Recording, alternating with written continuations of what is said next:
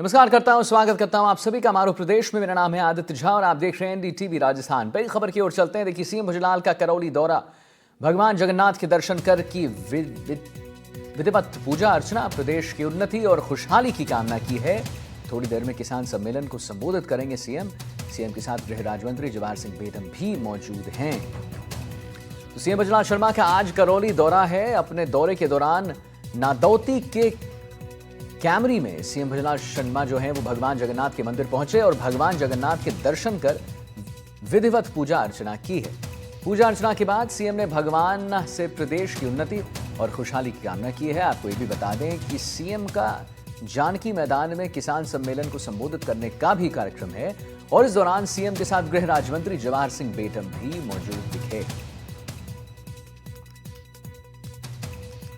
तो सीएम भुजलाल शर्मा का आज करौली दौरा है। अपने दौरे के दौरान नादौती के कैमरी में सीएम भुजलाल शर्मा ने भगवान जगन्नाथ के मंदिर वो पहुंचे हैं, जिसकी हम तस्वीर दिखा रहे हैं, और भगवान जगन्नाथ के उन्होंने दर्शन किए हैं, विधिवत पूजा अर्चना की है। पूजा अर्चना के बाद सीएम ने भगवान से प्रदेश की उन्नति और खुशहाली की कामना की है। देखिए, आज वसंतोत्सव भी है, ठाकुर जी के दर्शन किए जाते हैं, पीले कपड़े को पहना जाता है, मां सरस्वती का दिन है और होली से पहले लोग गुलाल भी लगाते हैं ठाकुर जी को। आप अगर ध्यान से देखेंगे तो सीएम भुजलाल शर्मा जो हैं उन्होंने पीला वस्त्र धारण किया हुआ है आज के दिन।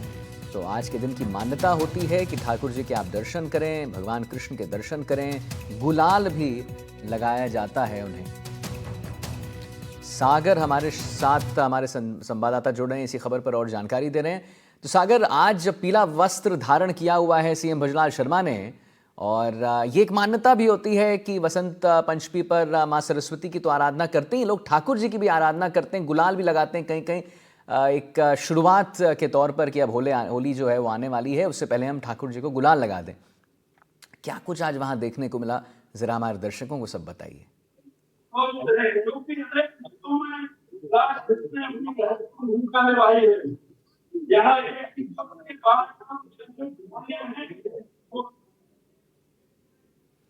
आवाज आ रही है आपको सागर हमारी?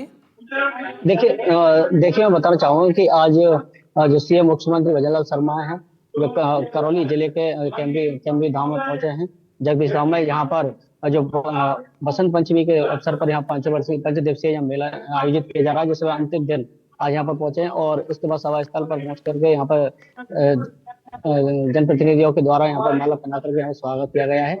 और इस वक्त यहाँ थोड़ी देर में ही किसान सभा को यहाँ संबोधित करेंगे यहाँ पर। और मेरे पीछे आप देख सकते हैं दर्शकों की काफी भीड़ यहाँ पर जमा हुई है। यहाँ पर श्रद्धालु यहाँ दर्शन करने के लिए मंदिर के लिए पहुंचे हैं। जी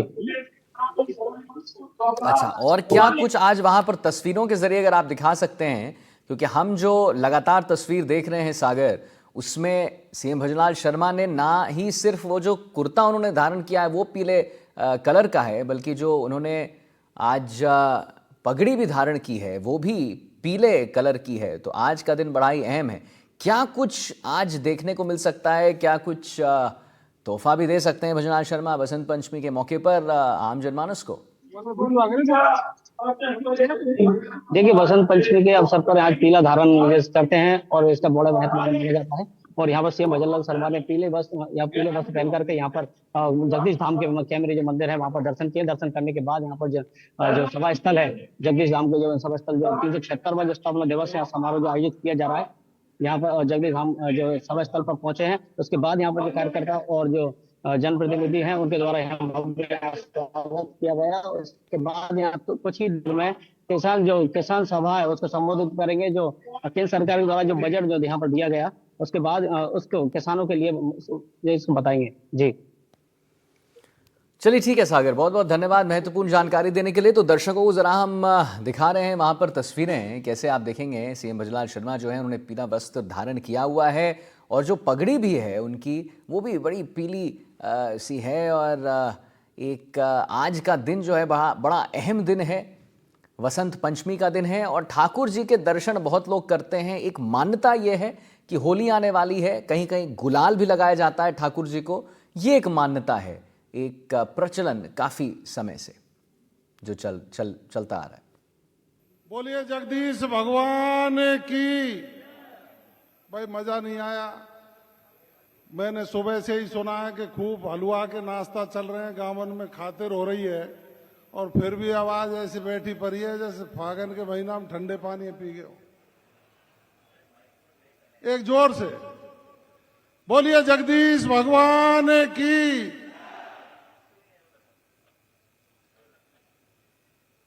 पूर्वी राजस्थान के ऐतिहासिक भगवान जगदीश जी के 346वीं मंदिर स्थापना समारोह में हमारे बीच में पहुंचे राजस्थान के यशस्वी मुख्यमंत्री, पूर्वी राजस्थान के ही लाल, हमारे आपके सबके हृदय सम्राट, युवाओं की, किसानों की, महिलाओं की, गरीब की, सबकी आवाज बनकर उनके सर्वांगीण विकास की सोच रखने वाले परम सम्माननीय श्रद्धेय आदरणीय भजनलाल जी शर्मा साहब का इस जगदीश की धरती पर हृदय से स्वागत करता हूं और अभिनंदन। मंच पर विराजमान विधायक श्री दर्शन सिंह जी, प्रताप सिंह जी सिंघवी साहब, हंसराज मीणा जी, पूर्व विधायक राजकुमारी जी, और आपके हमारे सबके नेता आदरणीय मान सिंह जी गुजर साहब, यहां के प्रत्याशी रहे रामनिवास मीणा जी, जिनको भामाशाह के नाम से जानते हैं, आज भी कुछ उम्मीद है। हमारे जिलाध्यक्ष सैनी साहब, लोकसभा की प्रत्याशी रही इंदु जाटव जी, और जगदीश जी मंदिर कमेटी के सम्मानित अध्यक्ष भाई घनश्याम जी गुजर साहब, यहां के, मैं कह रहा था आदरणीय भजनलाल जी शर्मा साहब से, इस कैमरी के वंशजों की तीसरी पीढ़ी प्रधान है नादौती की भाई बहादुर सिंह जी, मंदिर कमेटी के सभी सदस्यगण और मंच के समक्ष विराजमान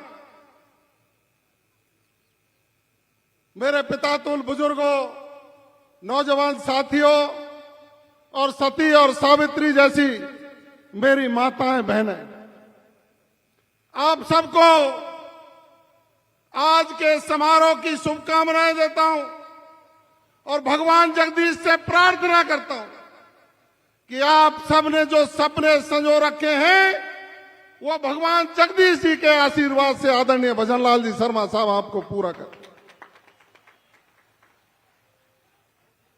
आदरणीय मुख्यमंत्री जी, जहां तक हमारी नजरें जा रही हैं वहां तक यहां की वीरांगनाएं, माता, बहनें, नौजवान साथी छतों पर खड़े होकर के आपके दर्शन लाभ के लिए खड़े। यह धरती सांस्कृतिक रूप से आप भगत, यहां का सत्कार, यहां के लोगों का भाईचारा हमारे पूर्वी राजस्थान की संस्कृति में उल्लेखनीय है। यहां के सैनिकों की शहादत, जिन्होंने सरहदों पर जाकर इस देश की सीमाओं की रक्षा की है, प्राण न्यौछावर किए हैं और राजस्थान के सम्मान को हमेशा बढ़ाने का काम किया है, मैं प्रणाम करता हूं उन माताओं को जिन्होंने उनको जन्म दिया। यह गुजर हाई कोर्ट के नाम से जाना जाता है माननीय भजनलाल जी शर्मा साहब।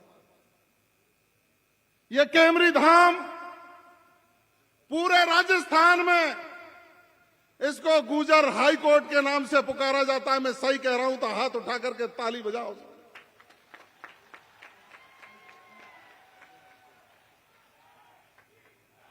इसमें सारी जाति बरादरी के लोग जगदीश जी महाराज के दर्शन करने के लिए पहुंचते हैं।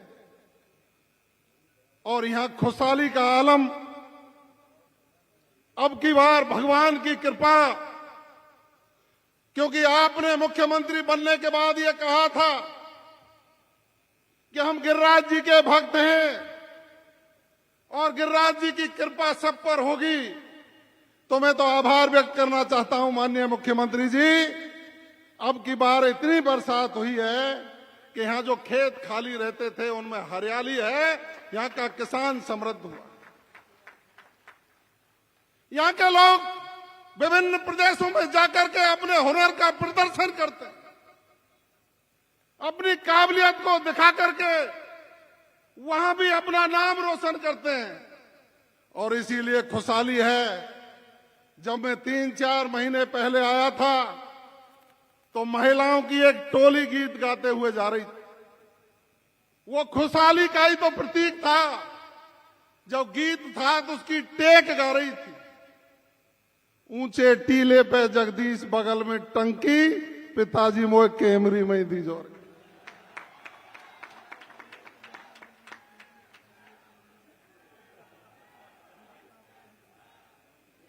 ये खुशहाली का आलम। यहां जो हमारी बहनें जिनकी यहां ससुराल है, वो भगवान जगदीश से प्रार्थना कर रही थी कि भगवान जगदीश जब भी जन्म दे तो हमें तो एक कैमरी में ही भेज देना। मैं प्रणाम करता हूं ऐसी धरती को। और सरदारों, हम सब संत गऊ और ब्राह्मण की सेवा करने वाले लोग हैं। संत गऊ और ब्राह्मण की सेवा करने वाले लोग आज एक प्रदेश के मुख्यमंत्री, जिन्होंने किसान और पवित्र ब्राह्मण के घर में जन्म लिया, उसका ये मंदिर कमेटी की ओर से पूरा इलाका हृदय से स्वागत करता है, अभिनंदन करता है।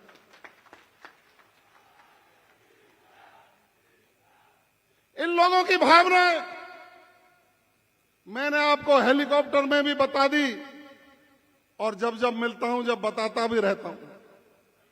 ये लोग कल धन्यवाद दे रहे थे मुझे कि हमने राजस्थान में पहला मुख्यमंत्री ऐसा देखा है, जब हम निमंत्रण देने के लिए गए, बिना टाइम लिए गए और मुख्यमंत्री आवास में जब हम गए तो मुख्यमंत्री जी ऐसे निकल के आए जैसे हमारे परिवार का ही कोई वरिष्ठ सदस्य है। एकदम निकल करके हमारे गलबैया भर ली और निमंत्रण को स्वीकार किया। हम धन्यवाद देते हैं, आपका आभार व्यक्त। लेकिन आशा करते हैं माननीय मुख्यमंत्री जी, जो महिलाएं जगदीश जी से केमरी के इलाके से इतना प्यार करती हैं, मैं चाहता हूं इनकी बेटियां यहीं पढ़ लिख करके बड़ी हों। उन बेटियों के लिए कोई अच्छा एक शिक्षण संस्थान हो। आप तो कुबेर हैं, आपने राजस्थान में विकास की गंगा बहा दी है। जिस विधायक ने मांगा 100 करोड़, आपने दिया 200 करोड़। आपने कमी नहीं छोड़ी है, आप खुद बताएंगे अपने मुख से। लेकिन आपका आभार और धन्यवाद व्यक्त करेंगे हम कि ईआरसीपी का राग अनापने वाले लोग राजनीतिक झंझट में फंस गए और आपने पदभार ग्रहण करने के 2.5 महीने के अंदर उसको लागू कर दिया। और सिर्फ लागू ही नहीं किया, 17 दिसंबर को इस देश के यशस्वी प्रधानमंत्री नरेंद्र मोदी जी के हाथों से उसका शुभारंभ करवा दिया। और 22 जनवरी को उस योजना का नाम राम सेतु जल लिंक परियोजना रख करके हमारी संस्कृति का गौरव बढ़ाने का आपने काम किया। मुझे आप बता रहे थे कि चंबल का पानी करौली जिले में आएगा। हम आपको धन्यवाद देते हैं, आपको साधुवाद देते हैं, आपका आभार व्यक्त करते हैं। कृष्णा कॉरिडोर, क्योंकि आप तो भक्त हैं। मैं एक दिन बैठा था तो आपने कहा देव बाबा के मंदिर के कब के दर्शन किए? मैंने कहा साहब 6 महीने हो गए। तो इन्होंने कहा तू भी चंदी लो और देव बाबा भी चंदी लो, अपने बाबा संभार तो हाँ। मैं संभारने गया तो मुझे सरकार के अधिकारी बैठे मिले और देव बाबा के मंदिर के लिए सैकड़ों करोड़ रुपया की विकास की योजनाएं आपने दी। आपका साधुवाद करते हैं, धन्यवाद। देश के प्रधानमंत्री जी मालाशेरी डूंगरी पधारते, आपने कहा यहां का विकास होना चाहिए। 250 करोड़ का प्रपोजल आपने राजस्थान सरकार से भिजवा दिया। जोधपुरिया में पैनोरमा बने, सवाई भोज का विकास हो। तो माननीय मुख्यमंत्री जी, मैं कह रहा हूं, ये खटाने कृष्ण जी की पूजा कर रहे हैं। इस जगदीश जी का विकास होगा तो निश्चित रूप से दुगनी ताकत के राजस्थान को समृद्ध बनाने का संकल्प लेकर के ये भी हमारे साथ कदम से कदम मिलाकर के चले। मैं तो आपका हूं, मुख्यमंत्री जी आपके हैं, हम आपके घर के हैं, और घर का विकास जैसे होगा उस तरीके से समृद्ध विकास करने की संकल्पना के साथ आपके चरणों में नमन करने के लिए हम आए। आप सब पुनः एक बार जगदीश जी का जयकारा लगा करके माननीय मुख्यमंत्री जी का अभिनंदन और आभार व्यक्त करेंगे। बोलिए जगदीश जी महाराज।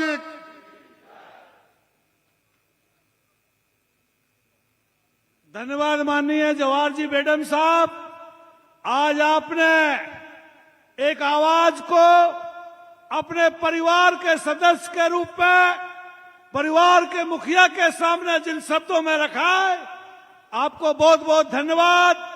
और अब जिनको सुनना आप चाहते हैं, प्रदेश के यशस्वी मुख्यमंत्री आदरणीय भजनलाल जी शर्मा साहब से अनुरोध करूंगा कि वो आए और आप और हमको संबोधित करें। आदरणीय भजनलाल जी का ताली बजा करके स्वागत करो भाइयों। भजनलाल जी को जय जगदीश, भजनलाल जी को जय जगदीश। बोले जगन्नाथ भगवान की।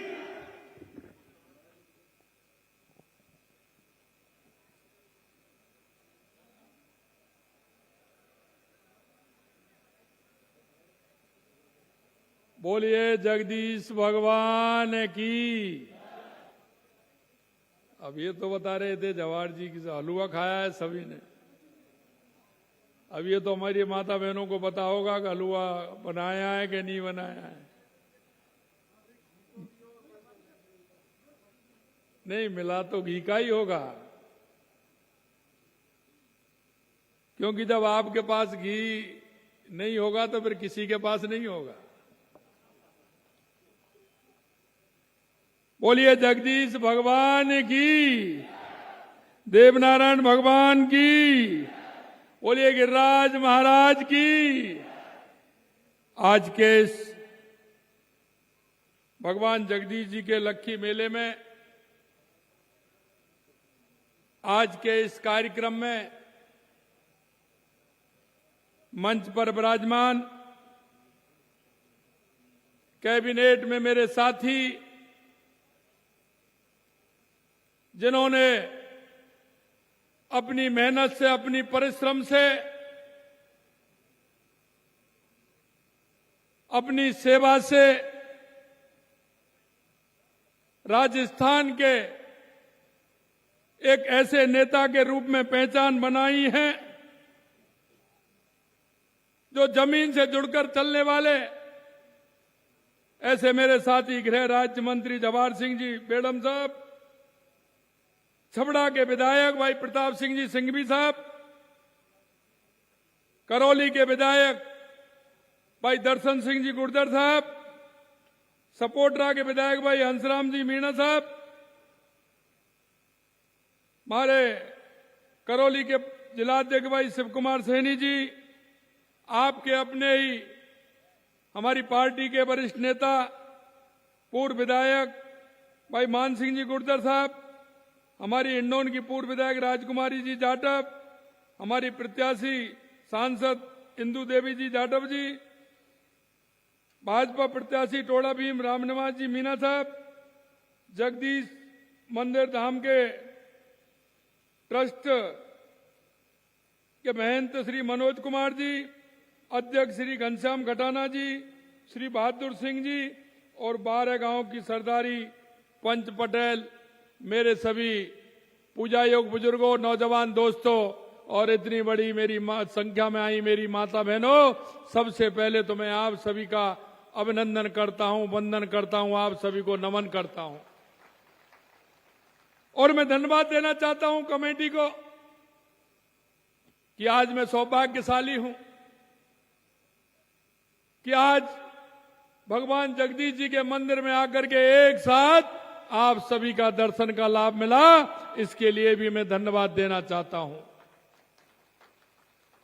क्योंकि आज बसंत पंचमी है और ये बसंत पंचमी आप सब जानते हैं कि ये किसान की खुशहाली का प्रतीक है। क्योंकि आप देखते हैं घर से बाहर निकलते हैं हरियाली, और जब सरसों के फूलों को देखते हैं तो मन प्रसन्न होता है, क्योंकि हम सभी किसान हैं और किसान को खेती की आस होती है। और इस समय हमारी खेती पूर्ण रूप से जब दिखती है तो निश्चित रूप से हमारी माता बहनें, हमारे सभी किसान भाइयों के मन में एक उत्साह और उमंग होता है। और इस मौसम में फूल भी खिलते हैं, इसलिए ये बहारों का मौसम भी है। और भगवान कृष्ण ने भी कहा है, जगन्नाथ जी ने कहा है कि ऋतुओं में मैं बसंत हूं, तो ये जगन्नाथ जी का बसंत भी है। ये भी बड़ी खुशहाली की बात है।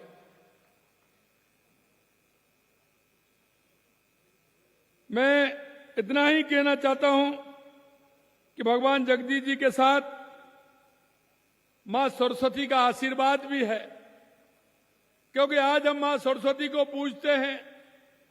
और मेरे भाई और बहनों, ये हमारी जो संस्कृति है ये आपने देखी है, आपने उसका संचालन भी किया है। मैं धन्यवाद देना चाहता हूं इस समाज को कि इन्होंने हमारी संस्कृति में भगवान कृष्ण के जो पद चिन्ह थे उन पर चल करके देश और दुनिया में नाम किया है। आज मैं कह सकता हूं कि गौ, ब्राह्मण और संत की सेवा जिस तरह से आप करते हैं, आपके मन में जो उनके प्रति भाव और श्रद्धा है, क्योंकि भगवान जगदीश जी ने हमें यही सिखाया है कि हमें सभी के प्रति श्रद्धा भाव होना चाहिए। और एक सबसे बड़ी बात है, हमारे देश के यशस्वी प्रधानमंत्री नरेंद्र मोदी जी कहते हैं कि हमारा विकास भी हो और हमारी विरासत को भी संभालने का काम हो।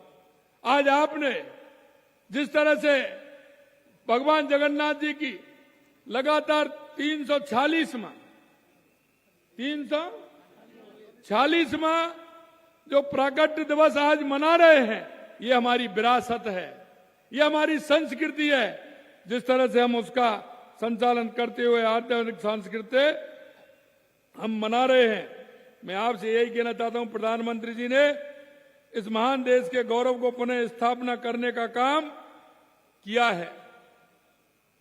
और आपने देखा होगा अयोध्या में राम मंदिर के निर्माण के साथ काशी विश्वनाथ कॉरिडोर भी देखा है, महालोक काल का जो निर्माण हुआ है वो भी आपने देखा है।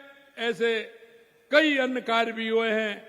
और आपने देखा होगा राजस्थान में हमने भी ये कार्य प्रारंभ किया है, क्योंकि हमने मंदिरों के लिए 100 करोड़ रुपए दिए हैं।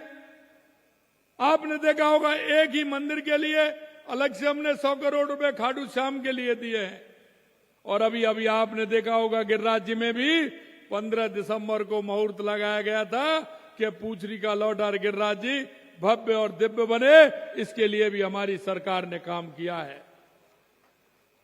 और हमने एक और घोषणा की है, क्योंकि भगवान कृष्ण जब शिक्षा के लिए जा रहे थे, तो शिक्षा के लिए जब मथुरा से निकले तो वो उज्जैन संदीपनी के आश्रम में पहुंचे थे। और हमने भी कहा कि भगवान जाओ करके गए, कृष्ण गमन पथ बनाएंगे और हमारे मंदिरों का निर्माण करते हुए इसको भव्य बना करके भगवान कृष्ण का गमन पथ हमारा ये होगा। और इसी से मैं कहना चाहता हूं, क्योंकि वो शिक्षा के लिए गए थे और हमारे जवाहर सिंह जी ने आज शिक्षा की बात कह दी। उन्होंने कहा कि भगवान जब शिक्षा के लिए संदीपन आश्रम में गए थे, ये तो मेरी बहनें हैं और बहनें भी वो हैं कि यहां का जो हमारा जिस तरह का जलवा रहा है, हमारे इस क्षेत्र के भाई सेना में बहुत बड़ी संख्या में हैं, वो मां भारती की रक्षा कर रहे हैं, हमेशा वो अपने दायित्व पर रहते हैं। इसलिए जो उन्होंने कहा है कि शिक्षा के लिए जहां आवासीय विद्यालय होना चाहिए, उसके लिए उनकी मांग जो है हम उसको भी पूरा करते हैं जहां हमारी बहनों को पढ़ने के लिए। जब आपके यहां से भगवान कृष्ण संदीपन गुरु के आश्रम में शिक्षा के लिए जा सकते हैं, तो वो जगन्नाथ मंदिर भी उन्हीं के धाम में आता है और ये कृष्ण गमन में जगन्नाथ मंदिर का भी उद्धार होगा। ये भी मैं आपसे कहना चाहता हूं। मित्रों, मेरी जाति है तो वो किसान है,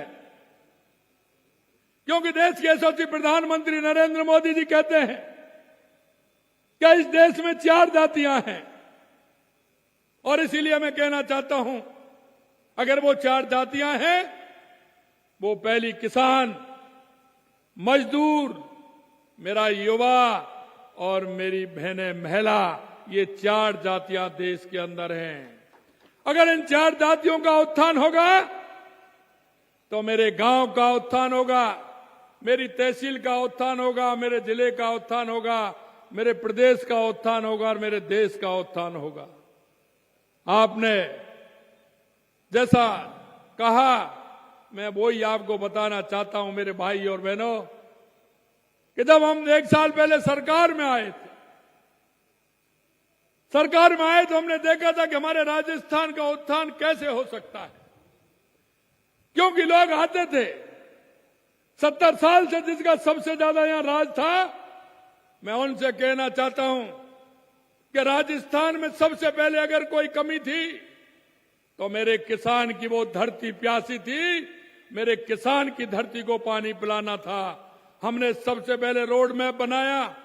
हमने कहा कि पहले आवश्यकता राजस्थान की क्या है, तो हमको लगा कि सबसे पहले आवश्यकता राजस्थान को पीने के पानी और मेरे किसान के खेत के लिए पानी की आवश्यकता है, खेत के लिए पानी की आवश्यकता है। मैं एक बात तो नहीं कह सकता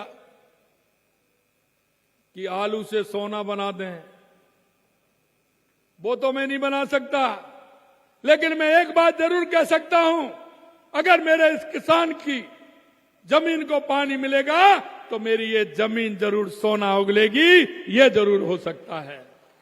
इसलिए राजस्थान के हर क्षेत्र को देखते हुए पूर्वी राजस्थान की जो मांग थी, ईआरसीपी योजना, जिसका नाम हमने राम जल सेतु किया है, उस राम जल सेतु के माध्यम से आपके करौली, सवाई माधोपुर, धौलपुर, भरतपुर, अलवर, जयपुर, टोंक, हमारे इन 17 जिलों को पानी पीने के लिए भी मिलेगा और 4 लाख हेक्टेयर भूमि को सिंचाई के लिए पानी भी मिलेगा। ये बात हमने करके दिखाई है। यही नहीं, हमने कहा पूरे राजस्थान का विकास हो। हमने हमारा शेखावाटी, सीकर, चूरू, झुंझुनू के लिए यमुना जल का समझौता किया है। उसके लिए हमारी डीपीआर प्रारंभ हो गई है। इसका तो काम डीपीआर का प्रारंभ हुआ है। हमारा हनुमानगढ़, गंगानगर से लेकर के बीकानेर, नागौर, जैसलमेर, बाड़मेर, फलौदी के लिए पानी की आवश्यकता है, तो उसमें इंदिरा गांधी नहर को पक्का करने का, और वहां हमारा पानी जो कम आता था उस काम पानी को भी हमने, हमारा पानी पूरा मिले, इसके लिए भी काम किया है। हमने उदयपुर के अंदर हमारी देवास स्कीम को प्रारंभ किया है कि जो आधा पानी हमारा अरब सागर में जाता था, आधा हिंद महासागर में आता था, हमने कहा वो पानी हमारा काम नहीं आता है, वहां भी टनल बना करके और टनल के माध्यम से एनीकट बना करके उस पानी को भी हमने इधर लिया है। हमने माही डैम को भी आगे बढ़ाने का काम किया है, जिससे कि हमारा डूंगरपुर, बांसवाड़ा, पाली, जालौर, सिरोही को भी पानी मिले। मैं आपसे इतना ही कहना चाहता हूं, हमने वायदा किया है और हमने उसका शिलान्यास भी 17 दिसंबर को, आपने देखा होगा, देश के यशस्वी प्रधानमंत्री नरेंद्र मोदी जी ने किया है और आपको हम विश्वास दिलाते हैं आने वाले समय में उसका उद्घाटन भी हम ही करने वाले हैं। ये भी हम आपको विश्वास दिलाते हैं। दूसरी बात हमारी थी कि हमें दूसरी और क्या आवश्यकता है। हमने देखा दूसरा, हमारा बिजली के क्षेत्र में हमारा किसान परेशान रहता है। वो रात को जाता है, ठंड में रात में किसान की स्थिति कैसी होती है मैं आपको बताना चाहता हूं। सबसे पहले पूरे राजस्थान के किसानों के लिए हमने कहा कि हम 2027 तक हमारे किसान को दिन में बिजली देंगे और हमारा किसान दिन में 8 बजे जाएगा और शाम को 5 बजे 6 बजे बंद करके आराम से घर आएगा। बीवी बच्चों के साथ समाचार भी सुनेगा, नाटक भी देखेगा, फिल्म भी देखेगा, आराम से खाना खाएगा। ये हमने कहा है और हम आपको विश्वास दिलाते हैं पूरे राजस्थान के अंदर 2027 तक हम दिन में बिजली देने का काम करेंगे। हमारे उपभोक्ता को पूरी बिजली मिलेगी, हमारे उद्योग वाले को पूरी बिजली मिलेगी।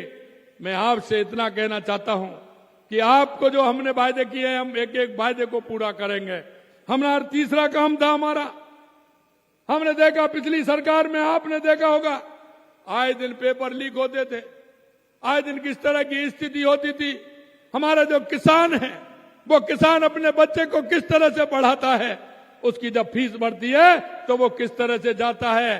अरे मेरे भाइयों, मैं जानता हूं वो गरीबी बहुत बुरी होती है। जब मेरे किसान की, मजदूर की गरीबी होती है वो बहुत बुरी होती है। मेरा किसान जब किसी से पैसा लेने के लिए जाता है वो रात के अंधेरे में जाता है, पड़ोसी को भी पता नहीं चले, इसलिए लेकर के आता है और अपने बच्चे से कहता है कि जाइए आप मेहनत करिए। बच्चा भी विश्वास दिलाता है कि पिताजी मैं नंबर लाके बताऊंगा और आपका सहारा बनूंगा, मेरी नौकरी लगेगी। लेकिन देखा होगा पूरे 5 साल लगातार पेपर लीक होते रहे। उधर पिताजी की दिक्कत ये होती कि मेरा बेटे को मैंने पैसा दिया है, ये मेरा बेटा नंबर लाए। बेटा भी विश्वास दिलाता है पिताजी लेकर के आऊंगा। जब पेपर लीक हो जाता है तो घर के कोने में पिताजी भी रोते हैं और उसका बेटा भी रोता है कि मेरा सपना पूरा नहीं हो सका। मित्रों, मैं इतना ही कहना चाहता हूं, आपने देखा होगा 1 साल हो गए, एक भी पेपर लीक नहीं हुआ और हमने युवाओं से वायदा किया था और जुलाई के अंदर वायदा किया था जब हमारा बजट आया था कि हम 1 लाख युवाओं को नौकरी देंगे। और आपने लगातार देखा होगा हमने 60,000 को नियुक्ति पत्र दे दिए। अगले महीने 15,000 युवाओं को नियुक्ति पत्र देने जा रहे हैं। जब तक जुलाई आएगी हम 1 लाख युवाओं को नौकरी देने का काम करेंगे। 5 साल में हमने कहा हम 4 लाख नौकरी देंगे।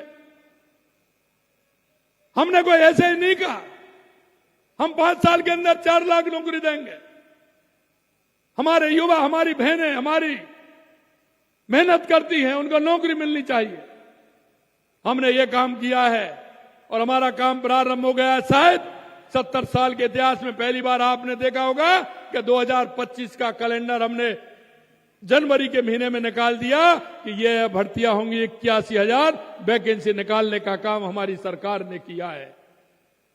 आराम से पढ़िए, हमने ये भी डेट दिया है कि आपका पेपर उस दिन होगा, रिजल्ट उस दिन आएगा और नियुक्ति पत्र उस दिन दे देंगे, जिससे कि वो कहीं से कोई बात करे तो उसको ये आस रहे कि मैं फलानी तारीख को मेरा पेपर है, इस तारीख को रिजल्ट आएगा और इस तारीख को नौकरी मिलेगी, नियुक्ति पत्र मिलेगा। यहां तक हमने किया है। मेरे भाई और बहनों, मैं आपसे यही कहना चाहता हूं कि हमने हमारे युवाओं को, हमारे किसान के पुत्र, अभी अभी आपने देखा चतुर्थ श्रेणी कर्मचारी की हमने लगभग 60,000 जगह निकाली है, हमने वैकेंसी निकाली है, ड्राइवर और वो मिला करके। लेकिन आपने देखा होगा ये 60,000 जगह क्या 5 साल की है, क्या 2 साल की है? मैंने 1 साल में हो गई ये वैकेंसी। अरे मैं उनसे कहना चाहता हूं जो नुमाइंदे बैठे थे कि उस किसान के बच्चे को क्यों दूर रखा 60,000 नौकरियों से आपने? क्यों नहीं निकाली समय पर आपने उनके लिए नौकरियां, जिससे कि मेरे किसान का सहारा लगता? मुझे पता है, मैं अच्छी तरह से जानता हूं, किसान के पास अगर अकेली खेती है तो उस किसान का घर ठीक प्रकार से नहीं चलेगा जब तक दूसरा काम उसका कोई नहीं होगा। हमारा युवा पिता का सहारा बनना चाहता है, किसान का सहारा बनना चाहता है, लेकिन किसी ने ध्यान नहीं दिया। मैं आपको कहना चाहता हूं, आपको लगेगा कि किस तरह से इन लोगों ने किसान के उन बेटों के साथ धोखा दिया है। हमने 60,000 जगह निकाल करके और हमने कहा कि इसका नियम भी बनाया और हमने कहा इसको पेपर लीजिए और इस किसान के बच्चे को 60,000 नौकरी दीजिए, वो भी हम देने वाले हैं, ये भी हम बताना चाहते हैं। चौथा हमारा काम था कि हमारे किसान को रोजगार, बेटों को रोजगार कैसे मिले, हमारा उद्योग कैसे चले। हमारा प्राइवेट में हमने 6 लाख नौकरियां देने का वायदा किया, उन नौकरियों की हम कैसे दें? आपने देखा होगा हमने राजस्थान किया है। हम देश के हर प्रदेश में गए, बड़े राजधानियों में गए, वहां हमने हमारी बात रखी कि आप राजस्थान आइए, अपने उद्योग लगाइए, जिससे कि हमारे राजस्थान के लोगों को रोजगार मिले, हमारी बहनों को रोजगार मिले, हमारे भाइयों को रोजगार मिले। और आपने देखा होगा 35 लाख करोड़ रुपए के एमओयू हमारे राजस्थान में 9 और 10 दिसंबर को हुए थे। हमारे उद्योग धंधे आएंगे, हमारे लोगों को रोजगार मिलेगा, हमारी बहनें पढ़ी लिखी हैं, उनको रोजगार मिलेगा। हमने राजस्थान के माध्यम से, और हमने एक काम और किया था, हर डिस्ट्रिक्ट में हमने ये कहा यहां क्या रोजगार लगता है, क्या यहां हो सकता है, उसकी हमने फैसिलिटी देख करके उस काम को भी करने का किया है। इसलिए मैं भाई और कहना चाहता हूं, जो हमने आपसे एक एक वायदा किया है, उस वायदे को निश्चित रूप से हमारी सरकार पूरा करेगी। हमें पता है, हमें देखते हैं, हम आंगनबाड़ी के हमारे केंद्र थे, उनको भी हमने बढ़ाया। लेकिन मैं आपसे कहना चाहता हूं, और वो मैं इसलिए कह रहा हूं कि मैं गांव की स्थिति जानता हूं, उस किसान की जानता हूं। आप देखते हैं हमारी माता बहनें दूध, दही, और ये आप लोग तो वो हैं जो गाय माता की सेवा करते हैं। लेकिन मैं आपको कहना चाहता हूं मेरे भाई और बहनों, कि आपने देखा होगा जब सुबह घर में 4, 5, 6 गाय हैं, भैंस हैं, लेकिन जब सुबह टंकी वाला आता है, वो पूरा का पूरा दूध को ले जाता है। वो आर्थिक तंगी इस तरह की होती है कि मां अपने बेटे को दूध पिलाना चाहती है, लेकिन असहाय हो जाती है जब आर्थिक तंगी से जूझती है।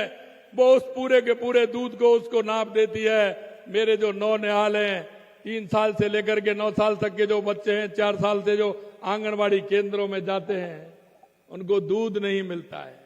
अगर मेरी पीढ़ी वो कमजोर हो जाएगी तो क्या मेरा देश कमजोर नहीं होगा, प्रदेश कमजोर नहीं होगा, या वो पीढ़ी कमजोर नहीं होगी? हमने कहा कि नहीं, उनको दूध पिलाने का काम हमारी सरकार करेगी। और हमने आंगनबाड़ी केंद्र में 3 दिन उनको, नौनिहालों को दूध, गर्म दूध पिलाने का काम हमने किया है। मित्रों, मैं इतना कहना चाहता हूं, आपकी हर समस्या को जानता हूं। और यहां पूर्वी राजस्थान की अगर बात करूं तो मैं आपका एक एक चीज मुझे पता है कि हमारा किसान किस तरह से मेहनत करके अपने घर को चलाता है, किस तरह से वो मेहनत करता है। मैं आपसे इतना निवेदन करना चाहता हूं कि हमने जिस तरह से किसान कल्याण के लिए हमारी सरकार ने काम किया है, आपने देखा होगा पिछली बार इन्हीं दिनों में हमारी दिसंबर में सरकार बनी थी। हमारा बजट जुलाई में आ रहा था, लेकिन उससे पहले जो हमारी पहली जो हमारी विधानसभा थी, उसमें ही हमने कहा कि हमारे किसान की खेती आने वाली है, क्योंकि मार्च में आने वाली है। दूसरा तो ये बढ़ा देंगे, अगले में बढ़ा देंगे। अरे भाई, मेरे किसान को फायदा कैसे मिलेगा? अगर मार्च निकल जाएगी तो किसान की फसल तो मार्च, अप्रैल और मई तक किसान तो फ्री हो जाता है गेहूं से, और उसको आवश्यकता होती है। कई लोग कहते हैं किसान गेहूं को रोक ले, सरसों को कैसे रोक लेगा? उसको आवश्यकता होती है।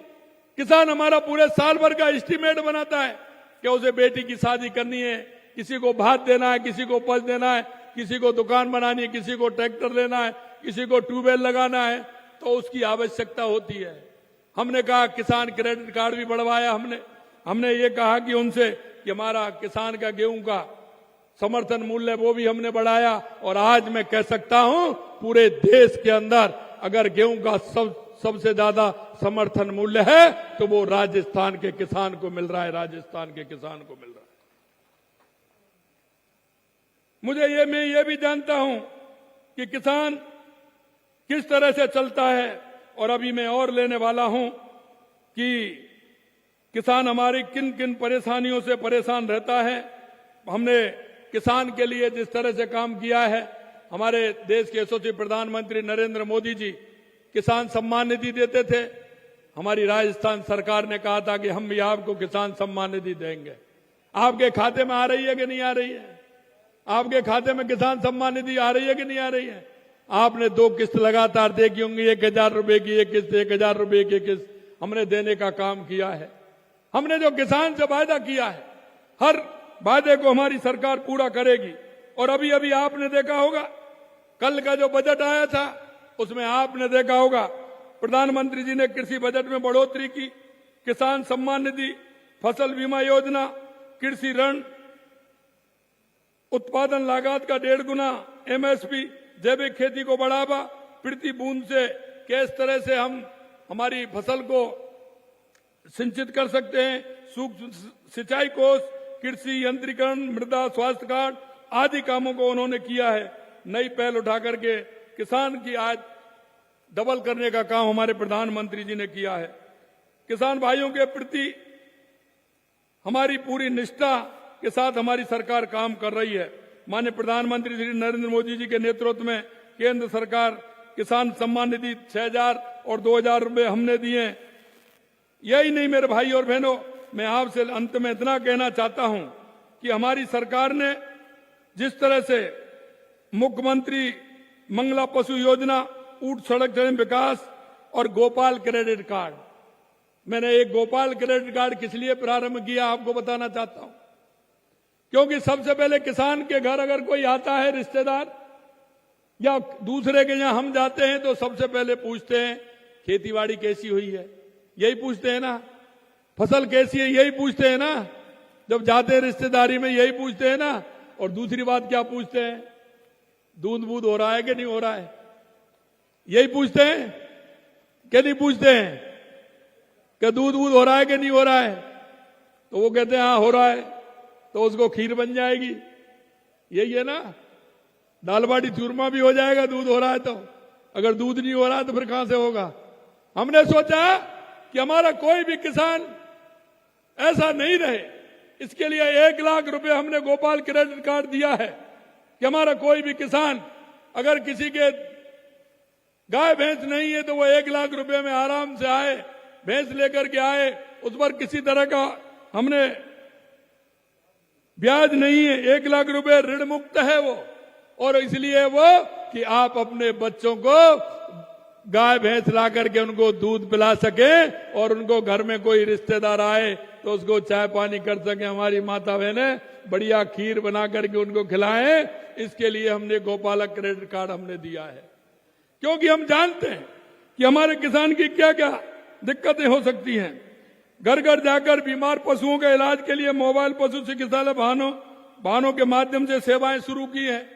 क्योंकि हमारा किसान कहां गाय भैंस को ले जाएगा, अगर एक बुग्गा में या एक मेटाडोर में ले जाएगा वो 500 रुपए 600 रुपए लेगा कि नहीं लेगा भैंस के, आप बताइए। ये छोटी छोटी बातें हैं, लेकिन आप इनका उपयोग करिए कि अगर वो भैंस बीमार है, गाय बीमार है तो उसमें रख के ले जाएगा तो 500 700 400 रुपए लगेंगे कि नहीं लगेंगे। अब आप फोन करिए, वो गाड़ी खुद ही आ जाएगी। आती है कि नहीं आती, वो गाड़ी खुद ही आ जाएगी। इसलिए मैं कहना चाहता हूं ये भी हमने किया है।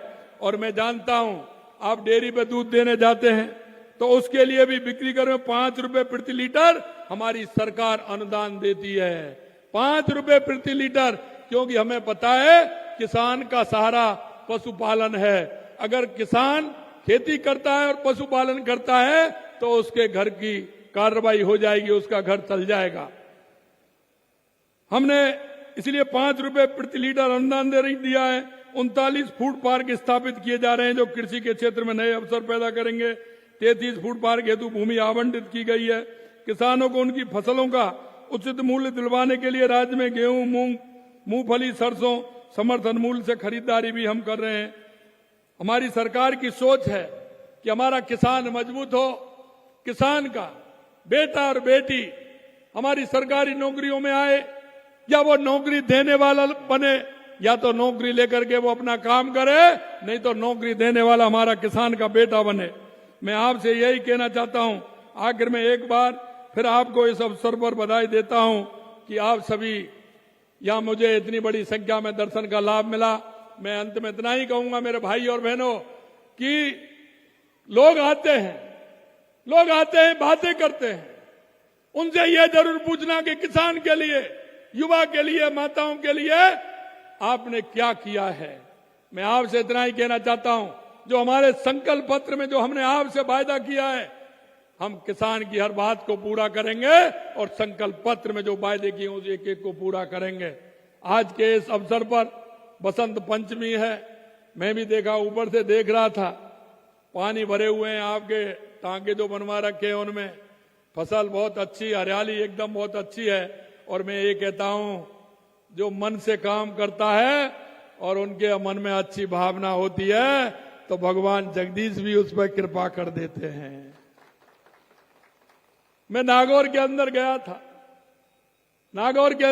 था तो मैंने वहां देखा, क्योंकि वो लोग जब बारिश हो रही थी तो स्वागत कर रहे थे। उसी समय मेरा कार्यक्रम बन गया।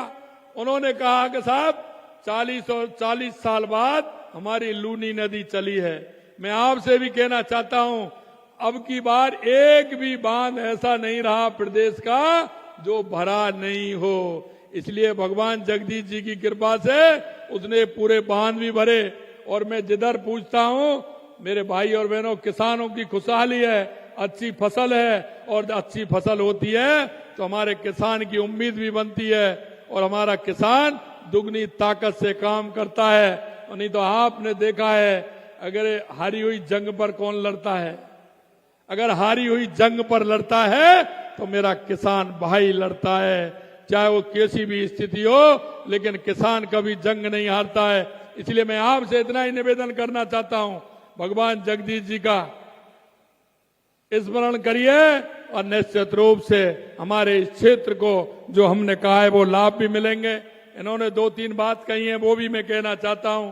इन्होंने कहा है कि मैंने जगदीश जी मंदिर के लिए तो कहा ही है, यहाँ 2-4-5 दिन में हमारा कोई अधिकारी आएंगे, हमारे उसके वो आएंगे तो देखेंगे किस तरह से भव्य बन सकता है।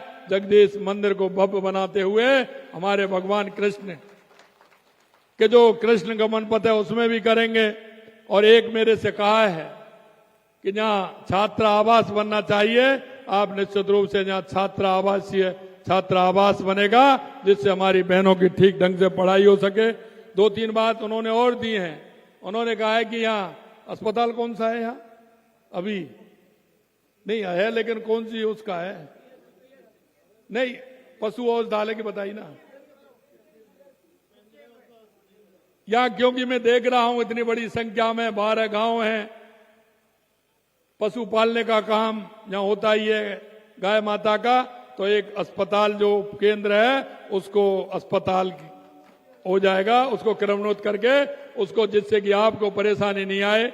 आप सभी ने बुलाया, मैं मंदिर कमेटी को धन्यवाद देता हूं, आप मंच पर विराजमान सभी को धन्यवाद देता हूं, और आप सभी को भी प्रणाम करता हूं, नमन करता हूं कि इतनी बड़ी संख्या में आप सभी के दर्शन का लाभ मुझे मिला।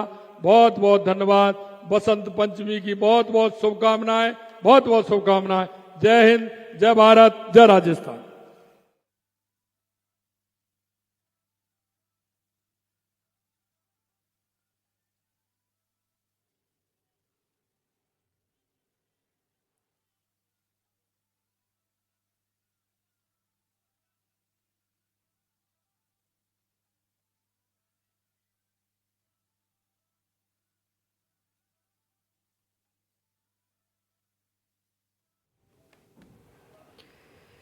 तो सीएम भजनलाल को सुन रहे थे आप, जो करौली में किसानों को संबोधित कर रहे थे। सीएम भजनलाल ने करौली का दौरा किया, किसान सम्मेलन को सीएम ने संबोधित किया। तस्वीरें देख सकते हैं आप।